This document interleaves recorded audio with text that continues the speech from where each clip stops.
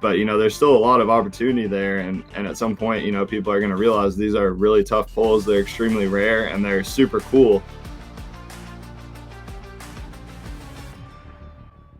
Welcome back, everyone, to the SlabStox podcast. My name is Aaron, your host. I am joined here by Brock from Brock's Cards today. Brock, thank you for joining us. Brock's been a friend of mine for over a year now. I met him at the National in Chicago last year, and he sold me some Giannis for dirt cheap, so thank you for that.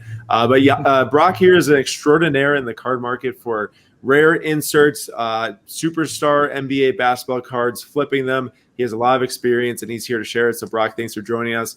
Tell us a little bit about yourself and what you do in the card market. Extraordinaire was pretty kind, but I just graduated from Butler University with PharmD. I got into cards about a year ago while I was in college in my last year, just as kind of a side hustle, but just loved it the whole time. Really got into, at the start, Giannis and LeBron inserts and just kind of rares, certain parallels, golds especially, which you see now have just absolutely blown up. Back in the day, you could get them for a couple hundred, and now it's going to be thousands for something like that. So you definitely see the opportunity here with the non-rookie card market. But yeah, that's definitely where I started off and kind of what I got into at the start, and then went from there and have definitely, I do pretty much everything, but a lot of flipping and a lot of kind of investments that I've set aside and then sold at a later date. So yeah, some PSA subs. I kind of have my hands spread all throughout the market at this point, but I definitely started off with those parallels and insert type awesome. stuff. Yeah, and a lot of what this video is going to be hinged on is the non-rookie card market, because I know that so many of you watch these 2018 Prism Luka base PSA 10s, 2012 Kawhi PSA 10s, into the thousands of dollars, but there's so much opportunity in the card market outside of the rookie cards, the different parallels, the different inserts that Brock's going to bring up. So we're just going to dig into these different avenues in the market and what's doing well and what might have some future potential, so you guys can get into different aspects and not just have to focus on those PSA 10 based rookie cards that are so expensive now. Maybe find different ways to invest in basketball. So, Brock, what's your favorite inserts out there? What inserts have done really well this year? Which ones might be trending down now or trending in a direction in the future that might be up? Yeah, we've seen a ton of inserts get really hot this year. If you follow kind of the insert market, you know that there's about one from almost every main brand, at least one insert that's kind of really, really taken off this year. You had Jam Masters with Mosaic, which I thought were super sweet. I definitely, hopped in on those right away. As soon as I saw those, I was like, those are sick. I got to get one of those of Giannis, LeBron. I think I still have a couple laying around of different parallels of Jam Masters. There was High Voltage with hoops. LeBron High Voltage in particular took off. And then, of course, whenever the main athletes take off, the others always follow. So High Voltage was a really popular one this year with hoops. Net Marvels with Donruss is a really cool insert that a lot of people follow, as well as your Kabooms, your Revolution Galactics. With Optic, you have My House Hollows and different parallels of the My House. Those have become extremely popular. So those are just some of the main inserts that I've definitely followed this year and tracked all throughout. Yeah. And this is a completely different market than the base PSA 10s, where you have 12,000 plus Luka Prism based PSA 10s out there. Most of these inserts that Brock's bringing up, the stars like LeBron and Giannis, are pop 100 or lower for the PSA 10s. I mean, the High Voltage LeBron is one of the most graded inserts out of the ones that Brock brought up. And it's only 98 about PSA 10s out of 177, something in that range. So clearly, this is a completely different segment of the market. This isn't as much the new wave investor that's going into these. Some might be. I'm not saying that everyone's not, but this is definitely a more niche segmented part of the marketplace that, I mean, Brock's done very well, and plenty of others have too, especially when it comes to the grading of these. I mean, if you hit a PSA 10 on these, the multiplier is huge on these cards. Yeah, especially with the High Voltage. I remember grabbing one for, I thought it was crazy back then. They were around 100 raw. And, I sent it off PSA. I even sent it express after I saw what one had done on eBay. And the multiplier was, 9 or 10 times at the time. And since then, they've cooled off a bit. But, there's still a lot of opportunity there. And at some point, people are going to realize these are really tough pulls. They're extremely rare and they're super cool. the refractors and things like that are just beautiful to look at. Yeah, and you made a point earlier that I want to bring up, and it had to do with the dominoes falling from Giannis and LeBron are the top two. And then after that, you see the rest of them start to fall. It goes into Kawhi and Luka, even though Luka is now elevating himself up to that LeBron and Giannis like trend starter now. But there's so many other players in the hobby that we bring up these inserts. Brock's bring up these inserts. I have a little example to bring up for some other non-rookie cards. But basically, if you watch the two top guys' markets and see them go up, you can expect others to follow. So if you're on more of a budget and you can't afford these Luka and Giannis and LeBron cards, definitely look at these different sets, but for other players, and then the grading and the selling, because in a lot of this, you can make so much money, so much margin on grading these, I guess, not as high level players. It's not like it's LeBron, Giannis, because the pops are so low on them. The example I have here is looking at Trae Young and his second year card market, 2019 select Trae Young white number 149. It's just the parallel of the concourse set. The non-gradeds were going for $35 in June. Now they're up to 75, and PSA 10s are over 225. So clearly there's you can make the money on the non-graded if you hold it long enough. You can grade it and then sell it for 10x if you bought in early enough. There's just so many different ways to get involved in the non-rookie market on more of a budget versus going in on, let's say, a Trae Young PSA 10 base rookie for 450. And Brock, I'll let you talk about this, but in some sense, there's less risk doing it this way, going with the non-rookies, because they can be more scarce. You can get more bang for your buck, and it's not as susceptible to a dip in value. Absolutely. They're not as easily liquidated, so to speak, but in terms of rarity and demand, it's more of a collectible than maybe just a base PSA 10. It definitely has more eye appeal, more collector appeal. So the market's not gonna dip and wane. Maybe it won't also show. That's kind of the pros and cons. It's not gonna also show those crazy increases the second that a player, explodes and has a big game. But that's also where you can get in if you can get in at the right time and maybe say, hey, while all these other people are grabbing these base PSA 10 rookie bases, I might go grab, the gold out of 10 of his second year for, Yeah. Maybe spend a little more and just get something that there's only 10 of in the world. And I think there's a lot of opportunity there to grab something that no one else has, that you can be the main owner. And at that point, if other people are interested, you can almost set your own price on that card. Right. And another thing that trickles off of this is as the players get so expensive, like LeBron, Luka, and Giannis, as they progress through their careers, people get priced out of buying them. Not everyone can go and afford all that, rookie card PSA 10 action. So they'll go to the second year cards that are much cheaper. Now they're starting to get more love. A Giannis 2014 Select Silver PSA 10 sold for $1,100 the other night. You probably could have scooped that card up 6 months ago for $250 maybe, something way, way, way cheaper than that. So clearly there's opportunity in that market. There's opportunity to make large margins as more people start to have to spend less money or find other avenues. But then also with that, you can also find untapped markets with inserts. Brock, talk to me about some things you're looking at in the insert market that might not be as as drilled in as Net Marvels and High Voltage and Kaboom that people already know about. Yeah, I mean, you always got inserts in every set, and especially with Giannis and LeBron, almost grabbing those. I mean, there's just off the top of my head, Winter Stays with Optic. That one's not super popular yet.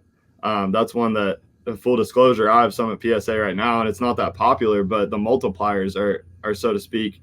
If you're to send them to PSA, it might be $10 to grab one raw and then sell for 70 or 80. And that's fantastic, I think, in my opinion, if you can do that. And I think there's a lot of inserts out there just like that one. And even with the Revolution, you don't have to go grab a Galactic. You can grab a Cosmic out of 100. And those are fantastic cards. And, great multipliers on those as well if you send them off to PSA. And just if you're just collecting from a collector standpoint, they're a lot more enjoyable than for a lot of people than a base Prism PSA 10 or something like that. Yeah, Revolution's a set that I've been having my eye on more so recently. I have loved this set for years now. I have a 2015 Carl Towns Revolution Auto in my PC for the last 3 or 4 years. I bought the National back in Chicago, but the set is amazing. It's got awesome parallels with the Galactic. There's other ones like Cosmic, like Brock brought up, Cubic number out of 50. Those are really cool. There's just a lot of really cool cards in there. And I think we're starting to see some more love for it right now. And in the newsletter that we send out daily, I'm starting to put more Revolution in there because of the lower pop of this, the better looking cards. I mean, Luka PSA 10 base from Revolution were doing 500 for quite some time. They're definitely higher than 500 now after last weekend's performance, but that's, a quarter of what Prism base PSA 10 are selling for right now. So clearly there's a huge, discrepancy there. Maybe we see some more love for Revolution. Maybe it just goes up at the same rate or lower rate than Prism, but still gets love. So, not everything has to do with like, I'm going to predict the next major set. You can also just, pick the cards that trend in value accordingly. You don't always have to hit a home run in the card market too. Yeah, and maybe you see, I think Luka's rookie Galactic just sold for 18 grand, but obviously he has second year Galactics now, and quite frankly, that's how I got into the LeBron and Giannis markets, is just because I was a college kid. I couldn't afford LeBron rookies or to have multiple LeBron rookies or Giannis rookies or anything like that, and I just kind of set my side on learning more of a niche market and kind of learned their non-rookie cards, and that's blown up since, but at the time it wasn't nearly as popular as it is now. But just as rookie cards do, those cards all see bumps as well. It might follow rookie cards. Usually the rookie's the first to get that bump, but then as soon as the rookie does, everyone starts realizing, hey, I could buy into these non-rookies at great prices, and that's kind of how the market follows. Right. And then something I want to hit on here is your opinion on Prism inserts, because Prism is by far the biggest brand in basketball. Most people want Prism. They sell for the highest amount when it comes to PSA 10 rookie cards. But Prism inserts seem to be behind in terms of demand for some of these. There's the Get Hyped, there's the Fireworks, there's the Far Out, like you brought up earlier. Why are we seeing, a lag in demand for these versus other products? And maybe is there opportunity in it, especially with the grading? And I'll bring up there's emergent and instant impact now for Prism rookies too. Yeah, I think the Fireworks and the Far Out, I think those are super cool inserts with the Prism. But, everyone's chasing those parallels, and there's already plenty of things to chase in Prism versus other products don't have so many parallels and so many other things that are already being chased. But obviously Prism is the number one brand right now for Panini. So there's clearly opportunity there with those inserts. And I think that some of them do sell fairly well, but compared to some of the inserts from other sets, and especially being Prism, you don't see these insane prices that you're seeing in a lot of other places across the board. So yeah, there's definitely opportunity there. And I know even with the rookie card market, like you've pointed out, the luck of the lotteries, those are great cards that a lot of people, haven't loved before, but are starting to gain traction. Yep. And then something else with the Prism inserts is that we don't see red ice, pink ice, green ice, all those different parallels, red, white, and blue with the inserts. They're generally hobby only parallels with hyper, silver, gold, and like black. That's about it. I mean, I know there's fast break too, but there is not all those other parallels when it comes to the inserts, which is why these could be a decent place to put your money, because of the fact that just the sheer volume is lower, making it, if anyone does want these inserts, there's less to buy. Yes, absolutely. And they're much safer. You might not see those 2 times overnight increases, but you're also not going to see that, oh my gosh, it dropped in half overnight. If you're able to go grab those kind of rare inserts, and if you just love collecting a particular player, I think that's, and want to see returns over time as their career grows, you'll see those slow, steady increases, and maybe it's not as crazy, but it's also maybe a safer place to park your money. Yeah, so going off of that, it's more like that people are probably buying those for the actual card, for having it for what it is, versus people are buying Luka-based PSA 10s because of the future value. Not many people are buying it because I'll put it this way, if it was worthless, would anyone want it? Like, people want them because they're on fire, because they're worth a ton of money, and because the future value prospect of it is so high. Versus with other cards in the marketplace, they do carry a lot of value just because of what it is. And that's why those values stick if there is either a drop in the player's market in general, or, specific segments of the card market. but those inserts and the rares can really be a nice place. I know that, Brock, you've done an awesome job, and I've loved tracking your progress over the last year. Whenever you text me a cool card you pick up, it's so awesome. And the next thing I know, most of the time it's out the door in 2 days. But that's the fun thing. You get to see a lot of different cards and get to, really get into each market. And building off of that, I want to ask you something. I want you to talk about this and talk about how important is it to have a brand in the sports card market, have a personality, really hinge yourself on brand recognition, especially when it comes to buying and selling, because that's what you do the most. I know that us here at SlabStox, we do the content, we do the information, we help you guys find where to buy or what to sell, whatever it is. We just try to help out as we can. But you talk about buying and selling, having a brand. What is it and why does it matter? Absolutely. I think it means everything to be able to build a brand like that, like you all have built, like I've been trying to build for myself. If you can just build reputation and credibility, that's invaluable within the hobby. And a lot of people really appreciate it if you're an honest buyer and seller, and they know that they're going to get, the best price or the best. You're going to offer them fairly on everything, and you're not out to get anyone. You're all in it together. It's a win-win for everyone. If they just see that about you and they realize that, then I think that people really start to come around and are willing to talk to you and interact with you. And with that, just you'll make so many new connections and friends like I've made with you and like I've made with numerous others. It's just extremely rewarding thing to do, to build a brand and be able to interact with people like that. Yeah, awesome. Thanks for that. And I think that, enlightening people on building brands in the hobby is so important, because as you go through this isn't, it might be for some, but for others, isn't as much a like, oh, I'm here for a week and then I'm gone. Like, really, you need to carry over every single day, every single week, the same brand values to where people know who you are, they know what you're going to do or who you collect. And I want to talk about with you, like, have you seen for yourself or for others really hinging yourself on a specific, collecting mindset? Like, do you see people come to you with like, Brock's the guy with these sweet inserts? And do you think that for other people out there, can they build brands around certain players, certain cards, certain inserts to where you can start to build this big network? And then who knows, maybe someone goes, oh, Brock's cards, he's got the LeBron golds, go to him. And then you start to see more sales come and more relationships. Absolutely. I think those people that have been able to really build a brand around themselves, definitely it started out, I did a lot of just rare non-rookie refractors, and I would have people I still do have people, Instagram DM me and saying, what do you got for me? That's literally all they'll ask. And I pretty much know what they want already. I know which player they want. I know what kind of card they want. And I basically just send it and they say, what's your best price? And it's a done deal at that point. Awesome. So that's great. You can build that kind of relationship where you know what someone's looking for and what they're willing to pay, what they're willing to do, what they're kind of looking for, give them a good deal.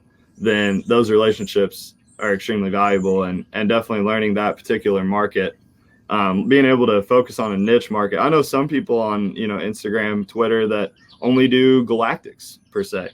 They're just like they're mainly collecting galactics of a specific player, Giannis galactics, KD galactics. And basically their whole account focuses around that. And there's plenty of galactics at this point of those main veterans where you could go on for days with all the different parallels and always be busy just with the galactics. It's crazy how well you could do with just something like that. If you can learn one particular niche and really build that skill set, then you're kind of set. That's awesome. All right, last thing here. What card are you looking at in the future that you want to personally pick up? Is there something just on your radar that you're working towards? LeBron golds. I got to get back to my roots, man. That's kind of what I started with, and I moved some rare LeBrons like that, and those are always the ones that I hate moving the most, because it's going to be so hard to find one again. And, just the multipliers that we've seen with everything, but especially rare golds like that, select, optic, prism golds. I would love to get into more of those. But if you try to find those and you try to find someone moving those, they're either charging a heavy premium or they're not selling at all, usually not selling at all. And whenever you see that someone's not selling something at all, that's usually the things that I try to target. So Awesome. that's what I would love to get back into. And definitely the non-rookie card market is, I would love a LeBron gold rookie card, but I don't I don't see myself being at that price point anytime soon where I'll be able to afford his Topps Chrome gold PSA 10, but Right. maybe one day. But for now, non-rookie golds are absolutely what I'm most passionate about. Awesome. Well, thanks, Brock, for joining us at Brock's Cards on Instagram. He's got a sweet collection, tons of cool stuff to look at. Definitely hit him up if you're looking to buy and sell basketball cards and even anything else in the market, because he said he's really getting into a lot of the aspects of the marketplace. Brock, any last words? No, thanks for having me. I appreciate it. I had a great time. Thanks, Aaron. I'm sure that we'll talk again tomorrow. We pretty much have daily conversations. Yeah. So I look Awesome. forward to it, and good luck to everyone out there trying to dip their feet into the card market in various places. Great. Thanks for watching this video on the SlabStox podcast, and we will see you guys next week.